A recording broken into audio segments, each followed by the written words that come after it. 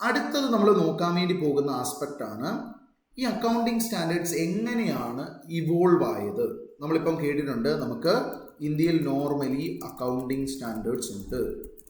അതുകൂടാതെ ഇന്ത്യയിൽ ഇപ്പം ഇന്ത്യൻ അക്കൗണ്ടിങ് സ്റ്റാൻഡേർഡ്സ് ഉണ്ട്.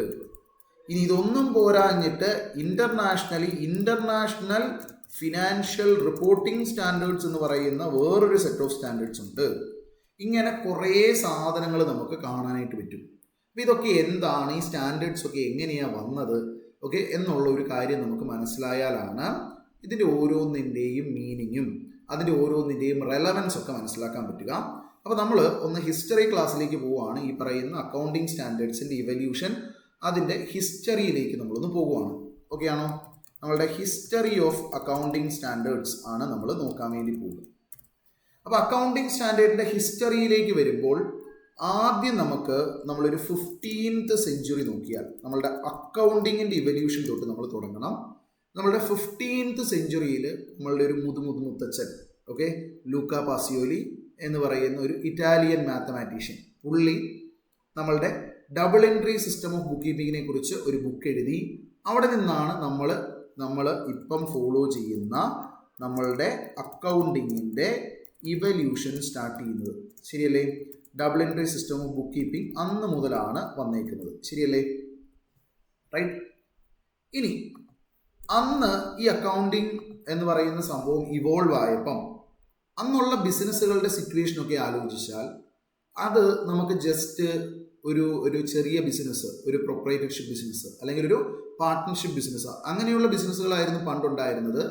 അതിൻ്റെ ട്രാൻസാക്ഷൻ പ്രോപ്പറായിട്ട് റെക്കോർഡ് ചെയ്യാനുള്ള ഒരു സിസ്റ്റം. അല്ലെങ്കിൽ വലിയ കാശുള്ള ആൾക്കാരുണ്ട്, അവർക്ക് പൈസ എങ്ങനെ പോയി വന്നു എന്നുള്ളത് മനസ്സിലാക്കാൻ വേണ്ടിയുള്ള ഒരു സിസ്റ്റം. അത്രയേ ഉണ്ടായിരുന്നുള്ളൂ അക്കൗണ്ടിങ് എന്ന് പറയുന്ന ഒരു സംഭവത്തിൻ്റെ റെലവൻസ് ആണ്.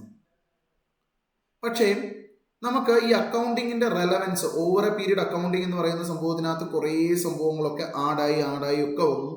അങ്ങനെ ഒരു 19th സെഞ്ച്വറി ആയപ്പം നമ്മളുടെ ബിസിനസ് വേൾഡിൽ വളരെ വലിയ ഒരു ഡ്രാസ്റ്റിക് ആയിട്ടുള്ള ചേഞ്ച് വന്നു. അതായിരുന്നു മോഡേണൈസേഷൻ അല്ലെങ്കിൽ ഇൻഡസ്ട്രിയലൈസേഷൻ എന്ന് പറയുന്ന സംഭവം. ഓക്കെ. അപ്പോൾ ഈ മോഡേണൈസേഷൻ അല്ലെങ്കിൽ ഇൻഡസ്ട്രിയലൈസേഷൻ എന്ന് പറഞ്ഞാൽ എന്തായിരുന്നു?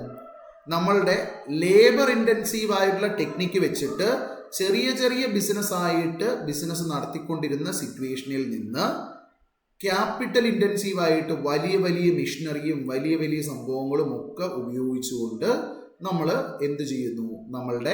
നമ്മളുടെ പ്രൊഡക്ഷൻ നടത്തുന്നു.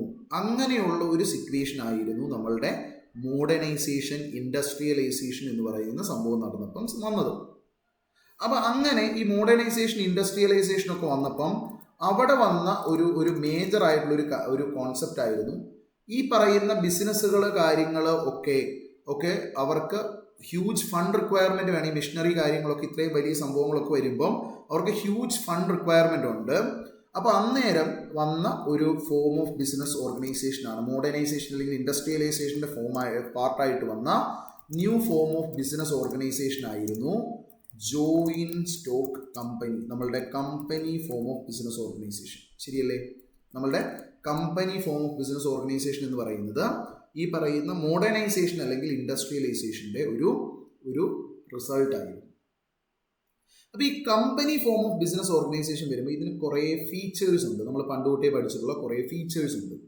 ഇതിന് ലിമിറ്റഡ് ലയബിലിറ്റി ആണ്, ഇത് ഒരു ആർട്ടിഫിഷ്യൽ പേഴ്സൺ ആണ്. അപ്പം ഇതിനകത്ത് നമ്മൾ നോക്കിയിട്ടുണ്ടെങ്കിൽ നമുക്ക് ഏതാണ് പെർപെക്ച്വൽ സക്സഷൻ ഉണ്ട്. ഓക്കെ. ഇങ്ങനെയുള്ള പല ഫാക്ടർ ഉള്ളതിൽ നിന്ന് നമുക്ക് അക്കൗണ്ടിങ് പേഴ്സ്പെക്റ്റീവിൽ വളരെ റെലവൻ്റ് ആയിട്ടുള്ളൊരു സംഭവമുണ്ട്. അതായത് ഈ പറയുന്ന കമ്പനി എന്ന് പറയുന്ന സംഭവം വരുമ്പോൾ ഒരു സാധാരണ പ്രൊപ്രൈറ്റർഷിപ്പ് അല്ലെങ്കിൽ പാർട്ട്ണർഷിപ്പിൽ നിന്ന് വ്യത്യസ്തമായിട്ട് വരുന്നൊരു കാര്യമാണ് അതിൻ്റെ ഓണർഷിപ്പും മാനേജ്മെൻറ്റും എന്ത് ചെയ്തിട്ടുണ്ട്? സെപ്പറേറ്റ് ചെയ്തിട്ടുണ്ട്. ഒരു കമ്പനിയുടെ സിറ്റുവേഷൻ വരുമ്പോൾ ഒരു കമ്പനിയുടെ ഓണേഴ്സ് ഓഫ് എ കമ്പനി എന്ന് പറയുന്നത് അതിൻ്റെ മെമ്പേഴ്സ് ആണ്, ഷെയർ ഹോൾഡേഴ്സ് ആണ്. ശരിയല്ലേ? കമ്പനിയിൽ ഓണേഴ്സ് എന്ന് പറയുന്നത് അതിൻ്റെ മെമ്പേഴ്സ് ആണ്, ഷെയർ ഹോൾഡേഴ്സ് ആണ്. വേറാസ് management is vested with board of directors. ആരാണോ ഡയറക്ടേഴ്സ് ആയിട്ട് അവർ അപ്പോയിൻറ്റ് ചെയ്യുന്നത് അവരുടെ അടുത്തേക്ക് മാനേജ്മെന്റ് കൊടുത്തിട്ടുണ്ട്. അപ്പം അതുവരെയുള്ള ബിസിനസ്സുകളിലൊക്കെ എങ്ങനെയായിരുന്നു, ഞാൻ ഒരു പ്രൊപ്രൈറ്റർഷിപ്പ് റൺ ചെയ്യുവാണെങ്കിൽ എൻ്റെ പൈസ ഞാൻ ബിസിനസ് റൺ ചെയ്യുന്നു, അതിൻ്റെ പ്രോഫിറ്റ് ഓർ ലോസ് എത്രയാണെന്ന് ഞാൻ മനസ്സിലാക്കാൻ വേണ്ടി അക്കൗണ്ട്സ് കീപ്പ് ചെയ്യുന്നു. ഒരു പ്രൊപ്രൈറ്റർഷിപ്പ് ആണെങ്കിൽ അല്ലാതെ ഒരു പാർട്ട്ണർഷിപ്പ് ആണെങ്കിൽ ഞങ്ങൾ കുറച്ച് പേര് കൂടി ബിസിനസ് ചെയ്യുന്നു, ഞങ്ങൾ ഡിസിഷൻ എടുക്കുന്നു, അതനുസരിച്ച് നമ്മൾ എന്ത് ചെയ്യുന്നു, നമ്മളുടെ അക്കൗണ്ട്സ് കാര്യങ്ങൾ നോക്കുന്നു, എന്നിട്ട് പ്രോഫിറ്റ് ഓർ ലോസ് എത്രയാണെന്ന് അറിയുന്നു. പക്ഷെ കമ്പനിയിലേക്ക് വരുമ്പോൾ എന്താ, ഞാൻ ഓണറാണ്, ഞാൻ എൻ്റെ കയ്യിലുള്ള പൈസ കമ്പനീനെ ഏൽപ്പിക്കും.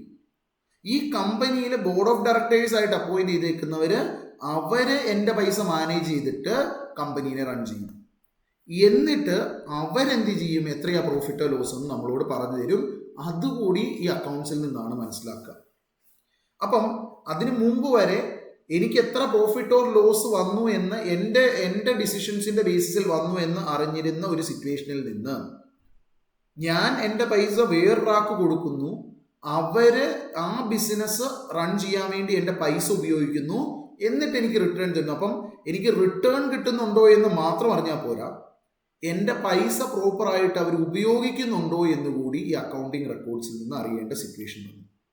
അപ്പം അങ്ങനെയാണ് നമ്മളുടെ അക്കൗണ്ട്സ് ആനുവലി പ്രിപ്പയർ ചെയ്യണമെന്നും അതിനുശേഷം അത് ഓഡിറ്റ് ചെയ്യണമെന്നും അതിനുശേഷം AGM വെച്ച് ഷെയർ ഹോൾഡേഴ്സ് അപ്രൂവ് ചെയ്യണമെന്നും ഒക്കെ കമ്പനീസ് ആക്ട് പോലുള്ള ആക്ടുകളിൽ പ്രൊവിഷനും വന്നിരിക്കുന്നു. ഓക്കെ ആണോ? ഇവരുടെ ഇൻട്രസ്റ്റ് പ്രൊട്ടക്ട് ചെയ്യാൻ വേണ്ടിയാണ് ഇങ്ങനെയുള്ള പ്രൊവിഷൻസ് കാര്യങ്ങൾ വന്നിരിക്കുന്നത്. ഓക്കെ, അപ്പോൾ ആ ഒരു സിറ്റുവേഷനൊക്കെ വന്നപ്പോഴാണ് അക്കൗണ്ടിങ് എന്ന് പറയുന്ന ഫീൽഡിന് വളരെ വലിയ ഇമ്പോർട്ടൻസ് വരാൻ തുടങ്ങുന്നത്. അതുവരെ ജസ്റ്റ് എന്താണ്, കണക്കപ്പിള്ള, ഓക്കെ, ജസ്റ്റ് കണക്കുകൾ എഴുതാണ്ട് ഒരാള്, ഓക്കെ, ആ ഒരു സിറ്റുവേഷനിൽ നിന്ന് അക്കൗണ്ടിങ്, ഫിനാൻസ് എന്ന് പറയുന്ന റോളുകൾക്ക് കുറച്ചുകൂടി ഇമ്പോർട്ടൻസ് വരുന്ന ഈ ഇൻഡസ്ട്രിയലൈസേഷൻ, മോഡേണൈസേഷന് ശേഷമാണ്. ഓക്കെ, അപ്പോൾ അതിനുശേഷം ഈ പറയുന്ന ഫിനാൻഷ്യൽസ് ഒക്കെ കമ്പനികളും നിർബന്ധമായിട്ടും പ്രിപ്പയർ ചെയ്യണം എന്നുള്ള പ്രൊവിഷനൊക്കെ വന്നു കഴിഞ്ഞപ്പോഴാണ് ഇൻവെസ്റ്റേഴ്സ് അവർക്ക് ഫിനാൻഷ്യൽ സ്റ്റേറ്റ്മെന്റ്സ് ഓരോ കമ്പനിയുടെ കിട്ടി തുടങ്ങിയപ്പോഴാണ് അവർക്ക് മനസ്സിലായത് ഈ അക്കൗണ്ടിങ് പണ്ട് ലൂക്കാ പാസിയോയിൽ ഒരു ബുക്ക് എഴുതി വെച്ചിട്ട് കുറേ ഡെവലപ്മെന്റ്സ് പിന്നെ വന്നു. ആ ഡെവലപ്മെന്റ്സ് പലയിടത്തും ഫോളോ ചെയ്യുന്ന പല രീതിയിലാണ്. പലരും ഒരേ ട്രാൻസാക്ഷൻ പല രീതിയിലാണ് അക്കൗണ്ട് ചെയ്യുന്നത്. ചിലത് എങ്ങനെയാണ് അക്കൗണ്ട് ചെയ്തേക്കുന്നതെന്ന് അറിയാനൊരു മാർഗ്ഗമില്ല. ചിലത് ഒരാൾ ഫിനാൻഷ്യൽസ് പ്രിപ്പയർ ചെയ്തേക്കുന്ന ഫോർമാറ്റ് പോലുമല്ല അടുത്തയാൾ ഫിനാൻഷ്യൽസ് പ്രിപ്പയർ ചെയ്തേക്കുന്നത്. അപ്പം ഇങ്ങനെയൊക്കെയുള്ള കുറേ ഇഷ്യൂസ് ഇവർ കാണാനായിട്ട് തുടങ്ങി. അപ്പോൾ ആ ഒരു സിറ്റുവേഷനിലാണ് കുറച്ച് രാജ്യങ്ങളൊക്കെ കൂടി അവർക്ക് എന്തുകൊണ്ട് ഈ പറയുന്ന അക്കൗണ്ട്സിൽ ഒരു സ്റ്റാൻഡർഡൈസേഷൻ കൊണ്ടുവന്ന് കൂടാ എന്നൊരു തോട്ട് വരുന്നത്. അതിൻ്റെ പുറത്താണ് നമ്മളുടെ അക്കൗണ്ടിങ് സ്റ്റാൻഡേർഡ്സ് എന്ന് പറയുന്ന സംഭവവും കാര്യങ്ങളൊക്കെ വരുന്നത്. അപ്പോൾ ആ ഒരു ഇവല്യൂഷനിലേക്ക് നമുക്ക് പോവാം.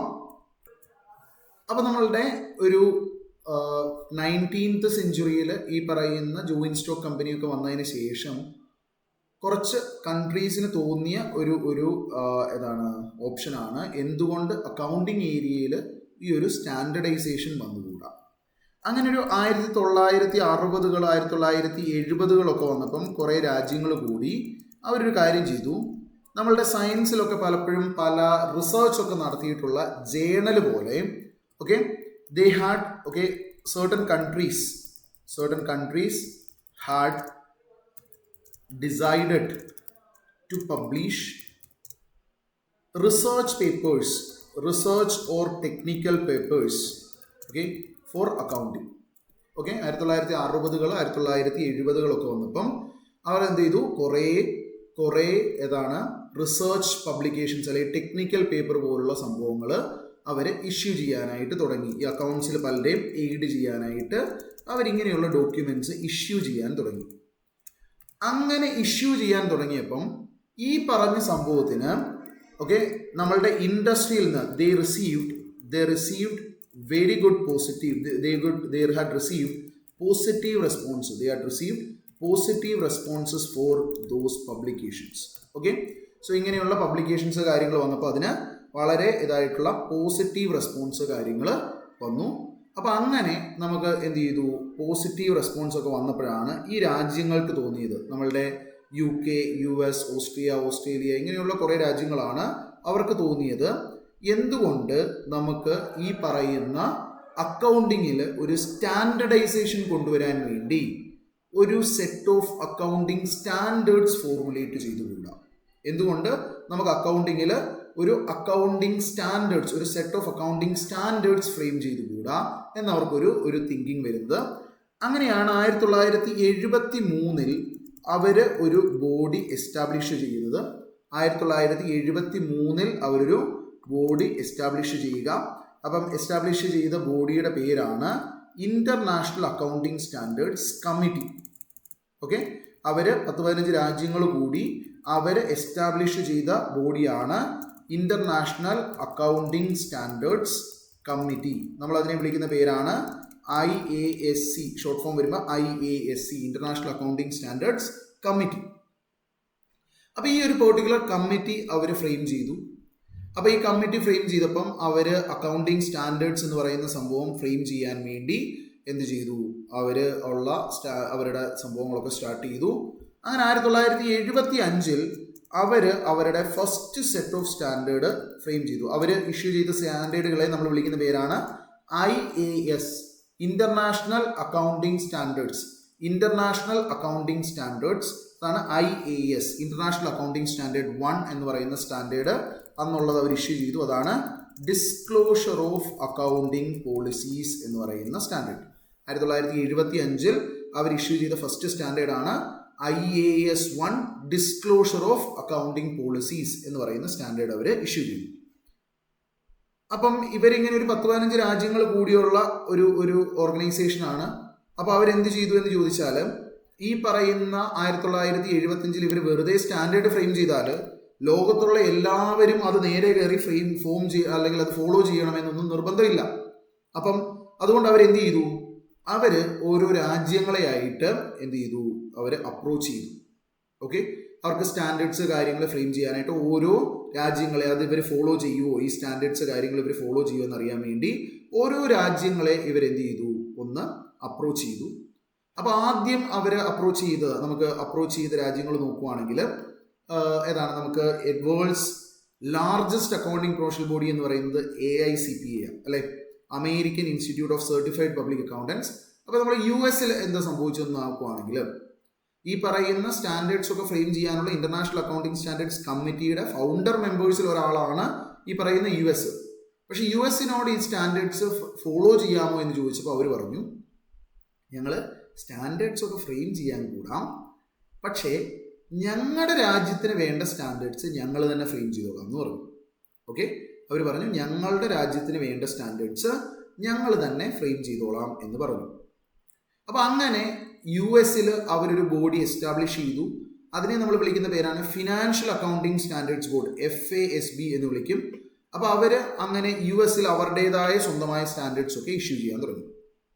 ഓക്കെ, അങ്ങനെ US പോയി. ഇനി world second largest accounting professional body നമ്മുടെ ICAI ആണ്, institute of chartered accounts of India. അപ്പോൾ ഇന്ത്യനെ അവർ അപ്രോച്ച് ചെയ്തു. ഇന്ത്യനെ അപ്രോച്ച് ചെയ്തപ്പോൾ എന്താണെന്ന് വെച്ചാൽ, നമ്മൾ പറഞ്ഞു ഞങ്ങളെ കുറച്ച് ബാധകളൊക്കെ വിട്ടുപോയിട്ട് കുറച്ച് കൊല്ലമായിട്ടുള്ളൂ, 1947 വരെ ഞങ്ങളെ അവന്മാർ പീഡിപ്പിച്ചൊരു വഴിയാക്കി. ഓക്കെ, നിങ്ങളുടെ കൂട്ടത്തിലുണ്ടോ അവന്മാർ? എന്നാലും എന്താണ്, ഞങ്ങളെ ഒരു വഴിയാക്കിയതേ ഉള്ളൂ. അപ്പം ഞങ്ങളിപ്പോൾ ഒരു ക്ലോസ്ഡ് ഇക്കോണമി ആയിട്ടാണ് വർക്ക് ചെയ്യുന്നത്. അപ്പോൾ നമുക്ക് എന്താണ്, ഈ ഇന്റർനാഷണലി ഉള്ള ഈ ഗൈഡൻസ് ഒന്നും അതേപോലെ ഫോളോ ചെയ്യാനായിട്ട് നമ്മുടെ ഇക്കണോമിക് സിറ്റുവേഷൻ അനുസരിച്ച് പറ്റണമെന്നില്ല. ഓക്കെ, അങ്ങനെയൊക്കെയുള്ള കുറച്ച് പ്രശ്നങ്ങൾ ഞങ്ങൾക്കുണ്ട്. ഞങ്ങളുടെ ഒരു ക്ലോസ്ഡ് ഇക്കോണമിയാണ്. പക്ഷേ ഇന്റർനാഷണലി ഉള്ള ഗൈഡൻസ് ഒക്കെ പ്രൊമോട്ട് ചെയ്യാൻ ഞങ്ങൾക്ക് റെസ്പോൺസിബിലിറ്റി ഉണ്ട്. ഇന്റർനാഷണൽ ഫെഡറേഷൻ ഓഫ് അക്കൗണ്ടൻസിന്റെ ഫൗണ്ടർ മെമ്പറാണ് ഇന്ത്യ. അപ്പോൾ അങ്ങനെയുള്ള ഇനീഷ്യേറ്റീവ്സ് ഒക്കെ ഉണ്ട്. അതിൽ മെമ്പർ ആയതുകൊണ്ട് ഞങ്ങൾക്ക് ഇന്റർനാഷണലി ഉള്ള പ്രൊനൗൺസ്മെന്റ്സ് അതിനെ പ്രൊമോട്ട് ചെയ്യാനായിട്ടുള്ള ഒരു റെസ്പോൺസിബിലിറ്റിയും ഉണ്ട്. അപ്പോൾ അതുകൊണ്ട് ഞങ്ങളൊരു കാര്യം ചെയ്യാം, ഞങ്ങൾ ഒരു ബോഡി ഇന്ത്യയിൽ ഫ്രെയിം ചെയ്യാം. ഓക്കെ, സ്റ്റാൻഡേർഡ് സെറ്റിങ്ങിന് വേണ്ടി ഞങ്ങളും ഇന്ത്യയിൽ ഒരു ബോഡി ഫ്രെയിം ചെയ്യാമെന്ന് പറഞ്ഞു. അങ്ങനെ 1977 ഇന്ത്യയിൽ എന്ത് സംഭവിച്ചു, നമ്മളുടെ accounting standards board of ICAI വന്നു. ഓക്കെ, അവർ അക്കൗണ്ടിങ് സ്റ്റാൻഡേർഡ്സ് ബോർഡ് ഫ്രെയിം ചെയ്തു. അവർ പറഞ്ഞു നിങ്ങൾ ഇന്റർനാഷണലി സ്റ്റാൻഡേർഡ് ഇറക്കിക്കോ. ആ സ്റ്റാൻഡേർഡ്സ് ഒക്കെ ഇറക്കിയിട്ട് ആ സ്റ്റാൻഡേർഡ്സ് ഇന്ത്യയിൽ വേണ്ടതാണ് എന്ന് തോന്നിയാൽ നമ്മളത് ഇന്ത്യയിൽ ഇംപ്ലിമെന്റ് ചെയ്യാം, കുഴപ്പമില്ല. ഓക്കെ, അപ്പം അവർ IAS 1 disclosure of accounting policy ഇറക്കിയപ്പം 1978 നമ്മൾ ഇറക്കി AS 1 disclosure of accounting policies. പക്ഷേ എന്താ സംഭവിച്ചതെന്ന് ചോദിച്ചാൽ ഈ ഇന്റർനാഷണൽ സ്റ്റാൻഡേർഡിൽ പിന്നീട് മാറ്റം വന്നു. ഈ IAS 1 disclosure of accounting policies അത് മാറ്റം വന്നിട്ട് പ്രസന്റേഷൻ ഓഫ് ഫിനാൻഷ്യൽ സ്റ്റേറ്റ്മെന്റ്സ് എന്ന് പറയുന്ന സ്റ്റാൻഡേർഡ് ഒക്കെ ആക്കി മാറ്റി. ഇന്ത്യക്ക് തോന്നി അത് ഇന്ത്യൻ എൻവറോൺമെന്റിന് വലിയ കാര്യമായിട്ട് ആവശ്യമില്ല എന്ന്. അപ്പോൾ നമ്മൾ എന്ത് ചെയ്തില്ല, ഈ സ്റ്റാൻഡേർഡിൽ അമെൻമെന്റ് ഒന്നും വരുത്തിയില്ല. പിന്നെ അതുപോലെ തന്നെ പല സ്റ്റാൻഡേർഡ്സും വന്നു. ചിലത് ഇന്ത്യയിൽ ഇംപ്ലിമെന്റ് ചെയ്തു, ചിലത് ഇന്ത്യയിൽ ഇംപ്ലിമെന്റ് ചെയ്തില്ല. അങ്ങനെ ഇന്റർനാഷണൽ സ്റ്റാൻഡേർഡ്സ് തന്നെ ബേസിസ് ആക്കി വെച്ചുകൊണ്ട് നമ്മൾ എന്ത് ചെയ്തു, നമ്മളുടെ സ്റ്റാൻഡേർഡ് സെറ്റിംഗ് പ്രോസസ്സും സ്റ്റാർട്ട് ചെയ്തു. അപ്പൊ ഇതിനിടയിൽ 1973 മുതൽ 2001 വരെയുള്ള കാലയളവിൽ ഈ international body international accounting standard 1 മുതൽ 41 വരെ സ്റ്റാൻഡേർഡ്സ് ഇഷ്യൂ ചെയ്തു. ഈ സ്റ്റാൻഡേർഡ്സിലൊക്കെ പലതിലും ക്ലാരിഫിക്കേഷൻസ് വേണ്ടി വന്നപ്പം ഇന്റർനാഷണൽ അക്കൗണ്ടിംഗ് സ്റ്റാൻഡേർഡ്സ് കമ്മിറ്റിയുടെ കീഴിൽ അവരൊരു ബോഡി എസ്റ്റാബ്ലിഷ് ചെയ്തു. സ്റ്റാൻഡിംഗ് ഇന്റർപ്രിട്ടേഷൻ കമ്മിറ്റി എന്ന് പറയുന്ന SIC എന്ന് പറയുന്ന ഒരു ബോഡി എസ്റ്റാബ്ലിഷ് ചെയ്തു. അപ്പം കോമൺ ആയിട്ട് ഡൗട്ട് വരുന്ന ഏരിയയിൽ അവരും കുറേ ക്ലാരിഫിക്കേഷൻസ് കാര്യങ്ങൾ ഒക്കെ കൊടുത്തു. അങ്ങനെ അതിനെയാണ് SIC ഇന്റർപ്രിട്ടേഷൻസ് എന്നൊക്കെ വിളിക്കുക. അങ്ങനെയുള്ള ഇന്റർപ്രിട്ടേഷൻസും കാര്യങ്ങളും ഒക്കെ വന്നു. ഇങ്ങനെ സ്റ്റാൻഡേർഡ് സെറ്റിംഗ് പ്രോസസ് ഇന്റർനാഷണലി കുറേ ഇങ്ങനെ സ്റ്റാൻഡേർഡ്സ് ഒക്കെ ഇഷ്യൂ ചെയ്ത് അതൊക്കെ വെൽ എസ്റ്റാബ്ലിഷ്ഡ് ആയിട്ട് പല കൺട്രീസും അഡോപ്റ്റ് ചെയ്തൊക്കെ വന്നു. അങ്ങനെ 2000 ഒക്കെ ആയപ്പോഴത്തേനും ഒരു 100-ൽ കൂടുതൽ രാജ്യങ്ങൾ ഇന്റർനാഷണൽ അക്കൗണ്ടിംഗ് സ്റ്റാൻഡേർഡ്സ് കമ്മിറ്റിയുടെ ഭാഗമായി ഈ പറയുന്ന സ്റ്റാൻഡേർഡ്സ് അവർ ഫോളോ ചെയ്യാൻ തുടങ്ങി. അപ്പോൾ അങ്ങനെ വന്നപ്പോൾ ഈ 2000-ന്റെ ആദ്യമൊക്കെ അല്ലെങ്കിൽ 1990s എൻഡ് ഒക്കെ ആയപ്പം അവർക്ക് തന്നെ തോന്നി ഇപ്പം പോകുന്ന രീതിയിൽ ഈ ബോഡി പോയിട്ട് കാര്യമില്ല. ഒരു 10-15 കൺട്രീസ് മാത്രം അവർ മാത്രം ഡിസിഷൻ എടുക്കുന്ന രീതിയിൽ ആദ്യം ഫ്രെയിം ചെയ്ത രീതിയിൽ തന്നെ ഈ പറയുന്ന സ്റ്റാൻഡേർഡ് സെറ്റിംഗ് ബോഡി പോയിട്ട് കാര്യമില്ല. ഇതിലൊരു റീകോൺസ്റ്റിറ്റ്യൂഷൻ ആവശ്യമാണെന്ന് മനസ്സിലായി. അങ്ങനെ 2001-ൽ ഇവരെന്ത് ചെയ്തു, ഈ പറയുന്ന ഫുൾ ഇതിൻ്റെ ഒരു മെക്കാനിസം ഇവരൊന്ന് റീസ്ട്രക്ചർ ചെയ്തു. അങ്ങനെ international accounting standards committee was replaced by international accounting standards board. International accounting standards കമ്മിറ്റീനെ ഇന്റർനാഷണൽ അക്കൗണ്ടിംഗ് സ്റ്റാൻഡേർഡ്സ് ബോർഡ് വെച്ചിട്ട് റീപ്ലേസ് ചെയ്തു. അപ്പം ഈ ഇന്റർനാഷണൽ അക്കൗണ്ടിംഗ് സ്റ്റാൻഡേർഡ്സ് ബോർഡ് പറഞ്ഞു, all standards issued by all standard by International Accounting Standards Committee is adopted by us, is adopted by IASB. But whenever a new standard is being implemented,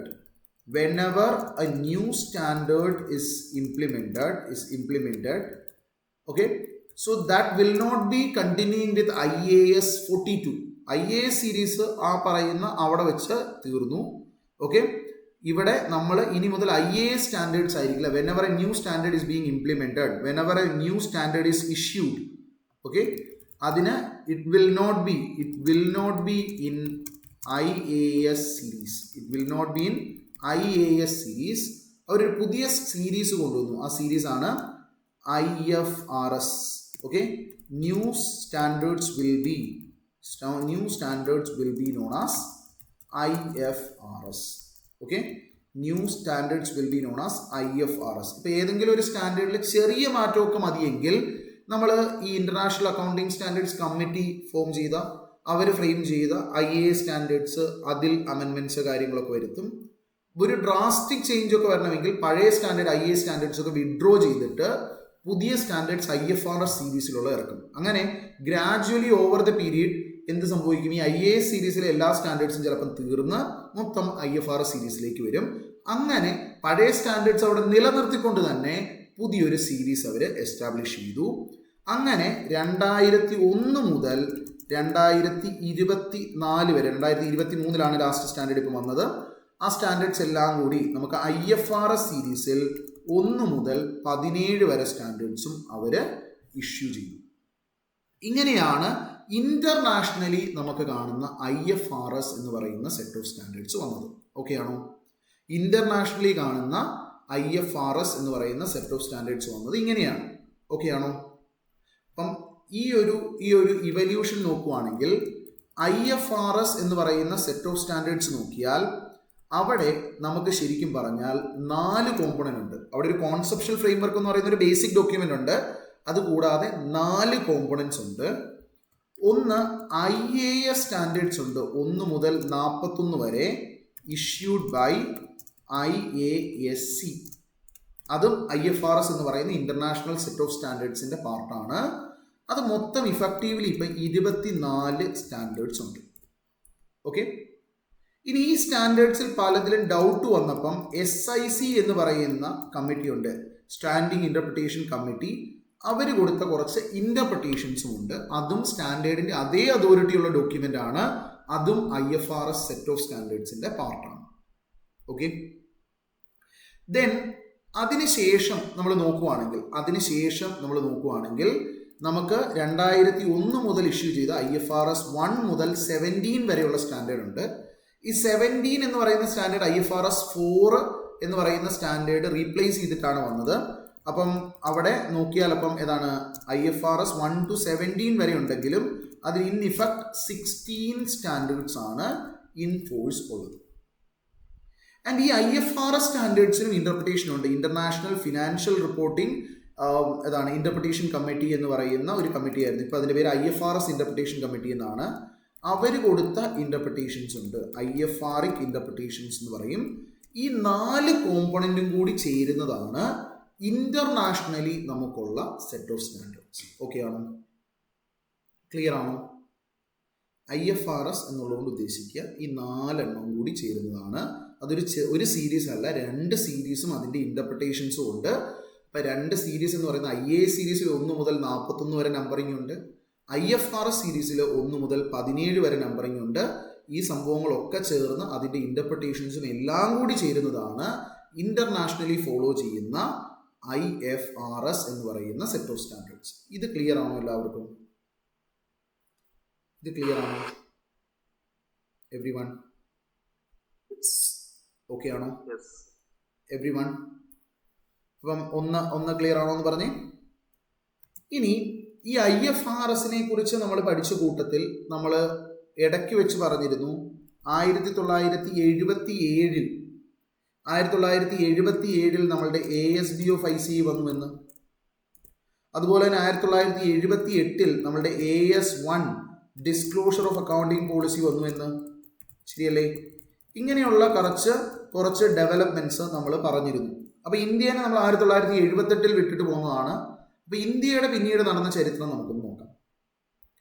ഇന്ത്യയിൽ ഈ പറഞ്ഞ സംഭവങ്ങളൊക്കെ നടന്നു, closed economy ആയിരുന്നപ്പോൾ നമ്മൾ എന്ത് ചെയ്തു? നമ്മുടേതായ സ്റ്റാൻഡേർഡ്സ് നമുക്ക് ഫ്രെയിം ചെയ്യാം എന്നുള്ള തോട്ടിൻ്റെ പുറത്ത് നമ്മൾ ഇങ്ങനത്തെ കാര്യങ്ങളൊക്കെ ചെയ്തു. അങ്ങനെ നമ്മൾ എന്ത് ചെയ്തു? സ്റ്റാൻഡേർഡ് സെറ്റിംഗ് നടത്തി. ഇനി 1991 നമ്മളുടെ ഇന്ത്യയിൽ ഒരു ഡ്രാസ്റ്റിക് ആയിട്ടുള്ള ചേഞ്ച് വന്നു. എന്ത് ചെയ്തു? Indian economy was opened up. Indian economy ഏതാണ്? നമ്മളുടെ ക്ലോസ്ഡ് ഇക്കോണമി എന്നുള്ളതിൽ നിന്ന് ഓപ്പൺ അപ്പ് ചെയ്തു. ലിബറലൈസേഷൻ, പ്രൈവറ്റൈസേഷൻ ആൻഡ് ഗ്ലോബലൈസേഷൻ ഇങ്ങനത്തെ സംഭവങ്ങളൊക്കെ വന്നു. അപ്പോൾ ആ ഒരു സംഭവങ്ങളൊക്കെ വന്നതിന് ശേഷം അങ്ങനെ ഇന്ത്യൻ ഇക്കോണമി ഓപ്പൺ അപ്പ് ചെയ്തു. അപ്പോൾ പുറത്തുള്ള ഇൻവെസ്റ്റേഴ്സ് ഇന്ത്യയിൽ വന്ന് ഇൻവെസ്റ്റ് ചെയ്യാൻ തുടങ്ങി, ഇന്ത്യയിലുള്ളവർ പുറത്ത് പോയി ഇൻവെസ്റ്റ് ചെയ്യാൻ തുടങ്ങി. അങ്ങനെയുള്ള പല ഡെവലപ്മെന്റ്സ് വന്നു. അപ്പോൾ അത് വന്നപ്പോഴാണ് ഒരു ചെറിയ ബുദ്ധിമുട്ടൊക്കെ ഫേസ് ചെയ്തത്. ഒന്ന്, പുറത്തുനിന്നുള്ള ഒരു ഇൻവെസ്റ്റർ ഇന്ത്യയിൽ വന്ന് ഇൻവെസ്റ്റ് ചെയ്യാൻ വേണ്ടി വരുമ്പം അവർ നോക്കുമ്പം പുറത്തുള്ള കമ്പനീസൊക്കെ ഇന്റർനാഷണൽ അക്കൗണ്ടിങ് സ്റ്റാൻഡേർഡ്സ് ആണ് ഫോളോ ചെയ്യുന്നത്.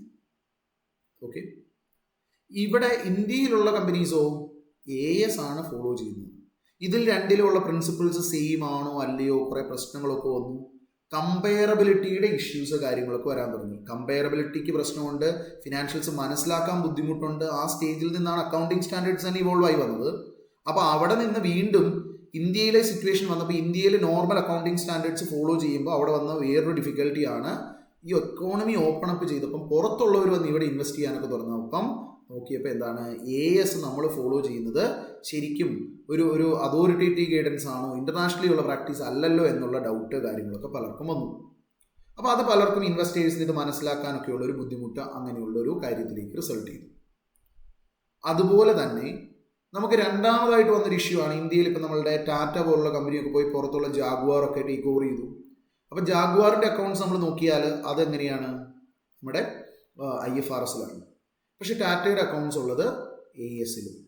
അപ്പോൾ കൺസോളിഡേഷന് വരുമ്പം ഒരു ബേസിക് റിക്വയർമെൻ്റ് ആണ് പാരൻറ്റിനും സബ്സിഡിക്കും ഗ്രൂപ്പ് മൊത്തം യൂണിഫോം അക്കൗണ്ടിങ് പ്രിൻസിപ്പിൾ വേണം. അപ്പോൾ ഒന്നെങ്കിൽ ടാറ്റ IFRS പ്രകാരം ഫിനാൻഷ്യൽസ് മാറ്റി കൺസോളിഡേറ്റ് ചെയ്യേണ്ടി വന്നു. അല്ലെങ്കിൽ ജാഗ്വാറിന്റെ അക്കൗണ്ട്സ് പണ്ട് മുതലേ AS ആയിരുന്നെങ്കിൽ ഇപ്പൊ എന്ത് ഫിഗർ എന്ന് ജാഗ്വാർ കണ്ടുപിടിക്കണം, അങ്ങനത്തെ ഒരു സിറ്റുവേഷൻ ഒക്കെ വന്നു.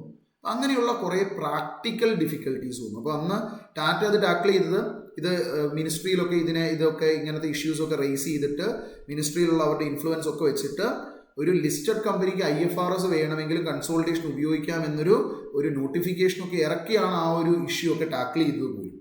അപ്പോൾ അങ്ങനെയുള്ള കുറേ ഡിഫിക്കൽട്ടീസ് ഇന്ത്യയിൽ ഫേസ് ചെയ്യാൻ തുടങ്ങി. അപ്പോൾ അത് കഴിഞ്ഞപ്പോഴാണ് ഇന്ത്യക്കും അപ്പോൾ തോന്നിയത് എന്തുകൊണ്ട് ഇന്ത്യയിൽ ഈ പറയുന്ന ഇന്റർനാഷണൽ സ്റ്റാൻഡേർഡ്സ് ഇംപ്ലിമെന്റ് ചെയ്തുകൂടാ. ഓക്കെ, അങ്ങനെ 2006 ഇന്ത്യ ഒരു ഡിസിഷൻ എടുത്തു. India in consultation with ICAI, government of India in consultation with ICAI decided to implement IFRS in India. Decided to implement IFRS in India. Okay ആണോ?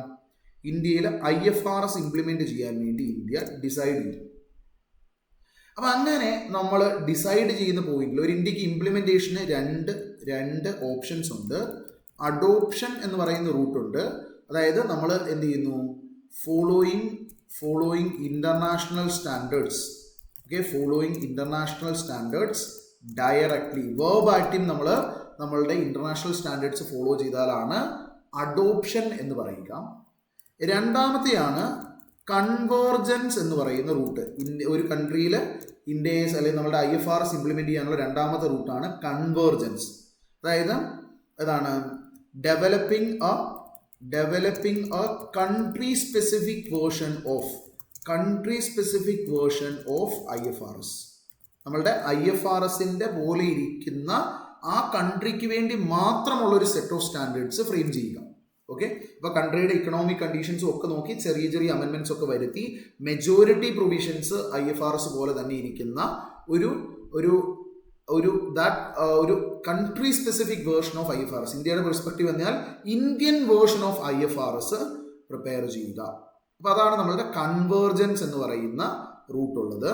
അപ്പോൾ India had decided not to adopt but to converge with IFRS.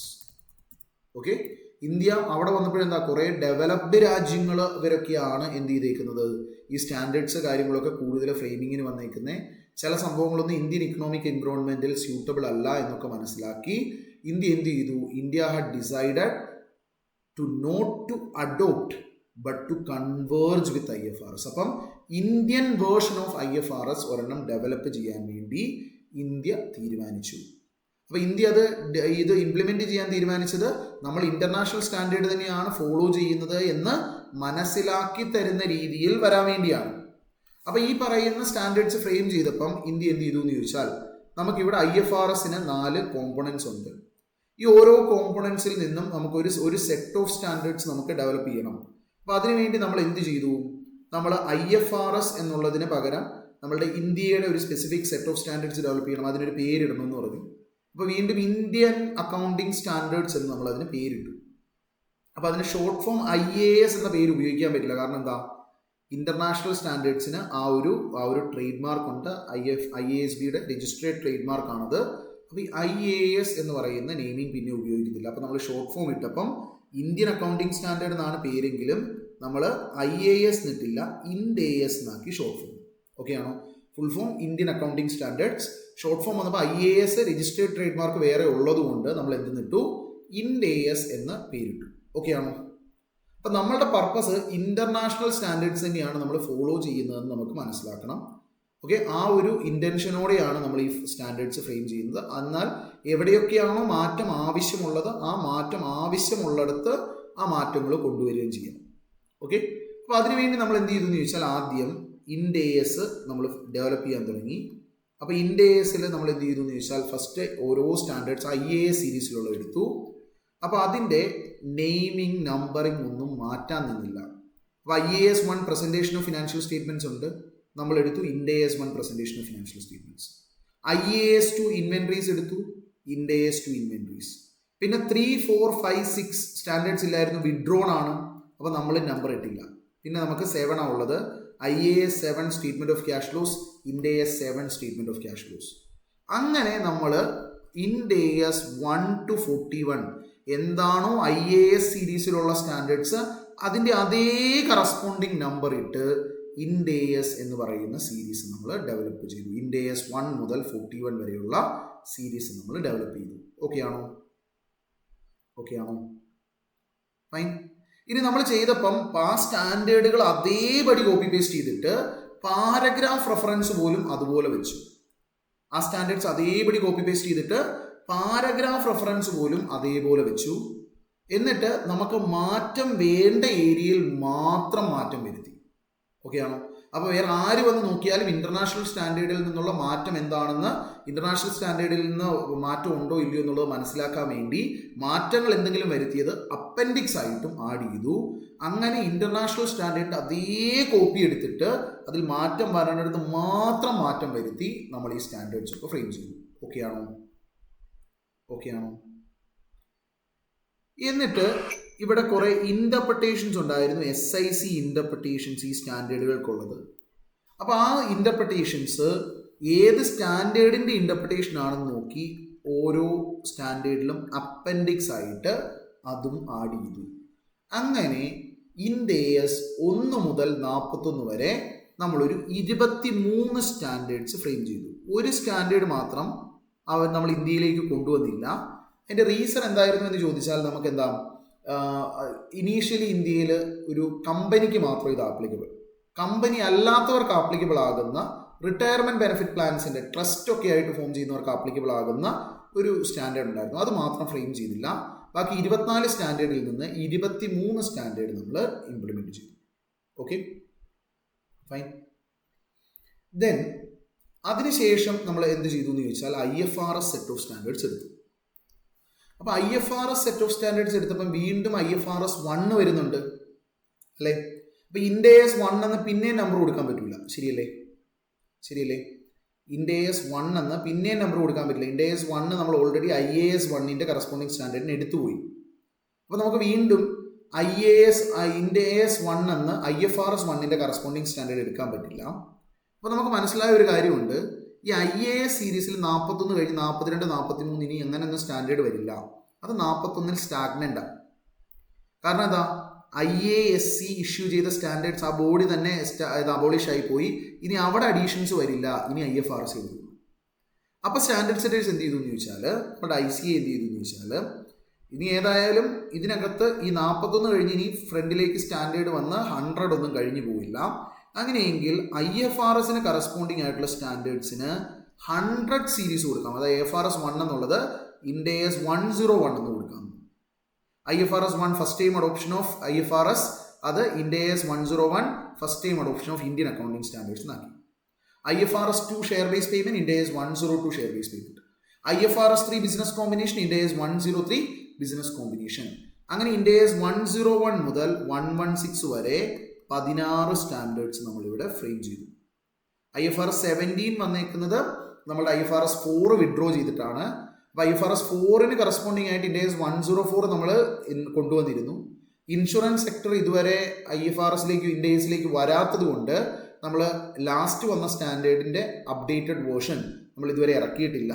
അപ്പോൾ 16 എണ്ണം ഈ number ഉണ്ട്, പക്ഷേ last standard IFRS 17 വന്നതിൻ്റെ effect ഇന്ത്യയിൽ കൊണ്ടുവന്നിട്ടില്ല. IFRS 4 വിഡ്രോ ചെയ്ത് IFRS 17 വന്നതിൻ്റെ ഇഫക്റ്റ് ഇന്ത്യയിലേക്ക് കൊണ്ടുവന്നിട്ടില്ല.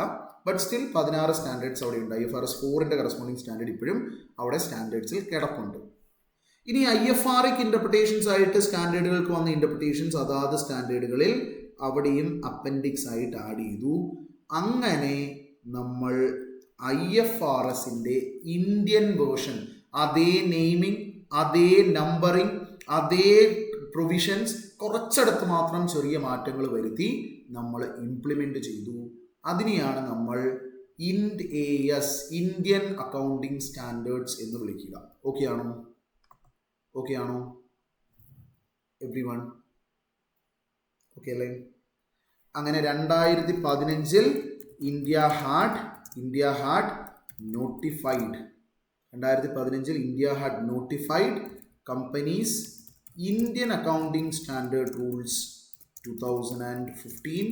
അതുവഴി നമ്മൾ എന്ത് ചെയ്തു, ഇൻഡ് AS എന്ന് പറയുന്ന സെറ്റ് ഓഫ് സ്റ്റാൻഡേർഡ്സ് നമ്മൾ ഇംപ്ലിമെൻറ്റ് ചെയ്തു.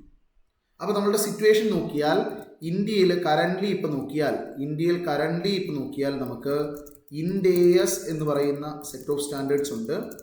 ഇത് ആപ്ലിക്കബിൾ ആയിരിക്കുന്ന ലാർജർ കമ്പനീസിന് മാത്രമാണ്. ലാർജർ കമ്പനീസ് എന്ന് പറഞ്ഞാൽ എല്ലാ listed companies, okay, larger companies other than banking and insurance ഒഴികെയുള്ള ലാർജർ കമ്പനീസ്. അപ്പോൾ അതിൽ ഏതൊക്കെ വരും? ലിസ്റ്റഡ് കമ്പനീസ്, ബാങ്കിങ് ഇൻഷുറൻസും അല്ലാത്ത ലിസ്റ്റഡ് കമ്പനീസ് വരാം. Unlisted companies with net worth of ₹250 crore or more വരും. അത് ബാങ്കിങ് ഇൻഷുറൻസും അല്ലാതെ NBFC വിടും, ബാങ്കിങ് ഇൻഷുറൻസും അല്ലാത്തവർ. Then and their group companies, holding, subsidiary, associate and joint venture, ഇവർക്കാണ് ഇൻഡേയസ് ആപ്ലിക്കബിൾ ആകുന്നത് ആസ് ഓഫ് നൗ. ഓക്കെ ആണോ? കറൻ്റ്ലി ആപ്ലിക്കബിലിറ്റി ഉള്ളവർ നോക്കിയാൽ എല്ലാ ലിസ്റ്റഡ് കമ്പനി, SME ലിസ്റ്റഡ് ഉള്ളതല്ല, SME എക്സ്ചേഞ്ചിൽ ലിസ്റ്റഡ് ഉള്ളതല്ല, നോർമൽ സ്റ്റോക്ക് എക്സ്ചേഞ്ചിൽ listed or in the process of listing ആയിട്ടുള്ള എല്ലാ കമ്പനീസ്. പിന്നെ അൺലിസ്റ്റഡ് കമ്പനി അവരുടെ നെറ്റ്വർത്ത് 250 കോടിയോ അതിൽ കൂടുതലോ ആണെങ്കിൽ അവരും. ഈ പറഞ്ഞ കാറ്റഗറി ഓഫ് ആൾക്കാരുടെ group companies, holding, associate, joint venture, subsidiary companies, അവരാണ് ഇൻഡേയസ് ആപ്ലിക്കബിൾ ആയിരിക്കുന്ന കമ്പനീസ്. ഇനി ഇൻഡേയസ് ആപ്ലിക്കബിൾ ആയിരിക്കുന്നവർ, ബാക്കിയുള്ളവർക്ക് വോളണ്ടിയർലി വേണമെങ്കിലും, ബാങ്കിങ് ഇൻഷുറൻസ് അല്ലാത്ത ബാക്കി കമ്പനീസിന് എന്ത് ചെയ്യാം? വോളണ്ടിയർലി വേണമെങ്കിലും ഇൻഡേയസ് ഫോളോ ചെയ്യാം. അപ്പോൾ അങ്ങനെയുള്ള ഇൻഡേയസ് ഫോളോ ചെയ്യുന്നവരല്ലാത്തവർക്ക്, all companies who does not follow Ind AS, അവർക്കും AS ആണ് ആപ്ലിക്കബിൾ. അതുപോലെ തന്നെ കമ്പനി അല്ലാത്തവർ ആരുണ്ടെങ്കിലും അവർക്കും നോർമൽ AS ആണ് ആപ്ലിക്കബിൾ. അവർക്ക് വോളണ്ടിയർലി പോലും ഇൻഡേയസ് അപ്ലൈ ചെയ്യാനായിട്ട് പറ്റില്ല. ഓക്കെ, അവർക്ക് എന്ത് മാത്രമേ ഉള്ളൂ? കമ്പനീസിന് വേണമെങ്കിൽ ബാങ്കിങ് ഇൻഷുറൻസിന് പറ്റില്ല. ഓക്കെ, അവർക്ക് RBI നോട്ടിഫൈ ചെയ്യുമ്പോൾ മാത്രമേ പറ്റുള്ളൂ. അതല്ലാത്ത ബാക്കിയുള്ള കമ്പനീസിന് വോളണ്ടിയർലി പറ്റും. ഇനി കമ്പനി അല്ലാത്തവർക്ക് AS മാത്രമേ പറ്റുള്ളൂ. ഒരിക്കലും ഇൻഡേയസ് വോളണ്ടിയർലി അവർക്ക് അപ്ലൈ ചെയ്യാൻ പറ്റില്ല. ഇതാണ് ഇന്ത്യയിലുള്ള സെറ്റ് ഓഫ് സ്റ്റാൻഡേർഡ്സ് ഉള്ളത്. ഓക്കെ ആണോ? എവ്രി വൺ സെറ്റ് ആണോ?